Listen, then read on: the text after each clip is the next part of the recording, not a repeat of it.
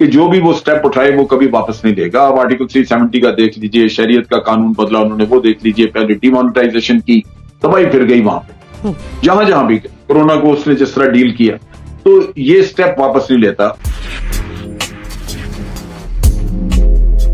Segment के लिए मेरे पास वक्त मुख्तसर है। भारत में जारी मुतनाज़ ज़रिए क़वानीन के खिलाफ किसानों का जो एहतजाज, उसमें मजीद हम देख रहे हैं शिद्दत आती चली जा रही है और अब से 2 से ढाई हफ्ते का ये दौरानिया है, तो एहतजाज जो है मुसलसल बढ़ता चला जा रहा है।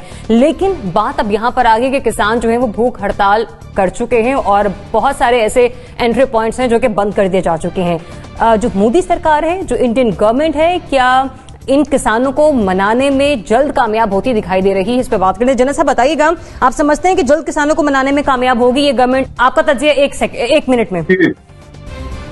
देखिए, जहां तक मोदी का ताल्लुक है, ये उसकी अना का मसला है। मोदी ने अपनी एक पर्सनैलिटी जो प्रोजेक्ट की हुई है वो ये है कि जो भी वो स्टेप उठाए वो कभी वापस नहीं लेगा। अब आर्टिकल 370 का देख लीजिए, शरीयत का कानून बदला उन्होंने, वो देख लीजिए, पहले डिमोनेटाइजेशन की, तबाही फिर गई वहां पे, जहां जहां भी कोरोना को उसने जिस तरह डील किया, तो ये स्टेप वापस नहीं लेता। और ये उसके इमेज का मसला है। अगर ये स्टेप वापस लेता है तो नेचुरली उसको फीलिंग वो कन्वे ये कर रहा है कि जो मैं 56 इंचेस चेस्ट वगैरह की बातें करता रहा हूं, मैं तो क्लैप्स कर गया हूं, छोड़ गया हूं। ये उसका मसला बहुत बड़ा है।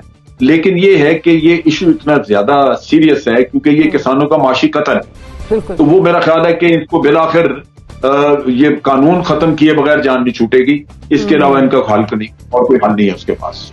Your point.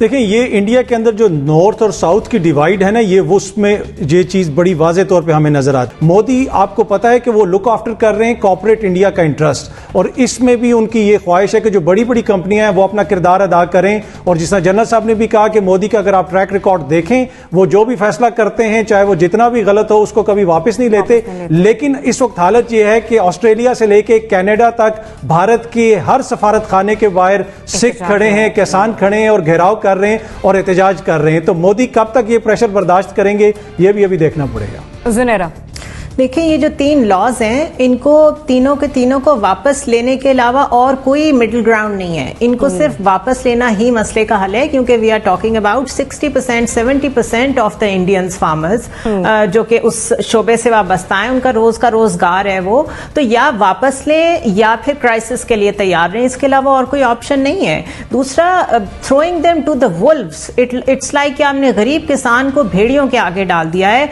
बीच में से गवर्नमेंट हट गई है जो असल में आपकी सेवियर होती है, आपको कॉर्पोरेट इंटरेस्ट से बचाती है।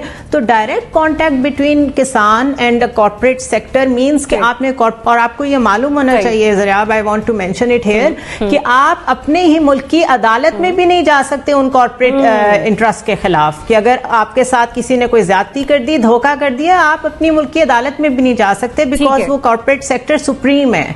तो ये इतना बड़ा मसला है कि ये इतनी आसानी से हल नहीं होगा। आपको दिखाई नहीं दे रहा। Anika, quickly within 1 minute.